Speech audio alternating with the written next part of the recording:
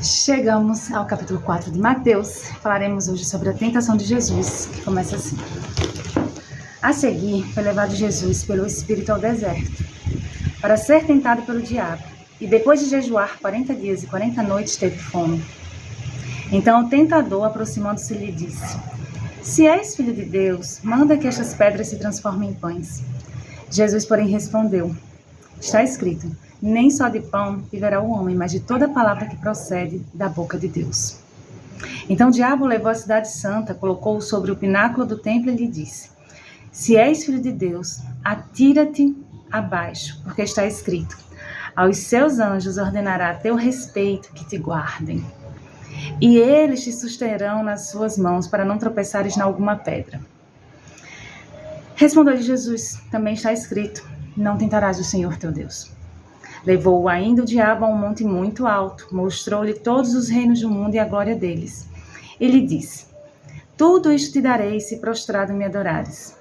Então Jesus lhe ordenou: Retira-te de Satanás, porque está escrito: ao Senhor teu Deus adorarás, e só a ele darás culto. Com isto o deixou o diabo, e eis que vieram anjos e o serviram. Ouvindo, porém, Jesus que João fora preso, retirou-se para a Galileia, e deixando Nazaré, foi morar em Cafarnaum, situada à beira-mar, nos confins de Zebulon e Naftali, para que se cumprisse o que fora dito por intermédio do profeta Isaías: terra de Zebulon, terra de Naftali, caminho do mar, além do Jordão, Galileia dos gentios. O povo que jazia em trevas viu grande luz, e aos que viviam na região e sombra da morte, resplandeceu-lhes a luz. Daí por diante, Jesus passou-lhe a pregar e a dizer: arrependei-vos, porque está próximo o reino dos céus. Caminhando junto ao mar da Galileia, viu dois irmãos, Simão, chamado Pedro e André, que lançavam as redes ao mar, porque eram pescadores. E disse-lhes: Vinde após mim, e eu vos farei pescadores de homens. Então eles deixaram imediatamente as redes e o seguiram. Passando adiante, viu outros dois irmãos, Tiago, filho de Zebedeu, e João, seu irmão, que estavam no barco, em companhia de seu pai, consertando as redes, e chamou-os. Então eles, no mesmo instante, deixando o barco e seu pai, o seguiram. Percorria Jesus toda a Galiléia, ensinando nas sinagogas, pregando o evangelho do reino, e curando toda sorte de doenças e enfermidades entre o povo. E a sua fama correu por toda a Síria. Trouxeram-lhes então todos os doentes, acometidos de várias enfermidades e tormentos, endemoniados, lunáticos e paralíticos, e ele os curou. E da Galiléia, Decápolis, Jerusalém, Judeia e da além do Jordão, numerosas multidões o seguiam.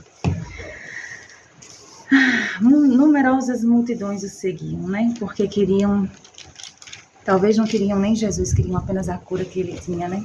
Talvez queriam só o que ele poderia dar.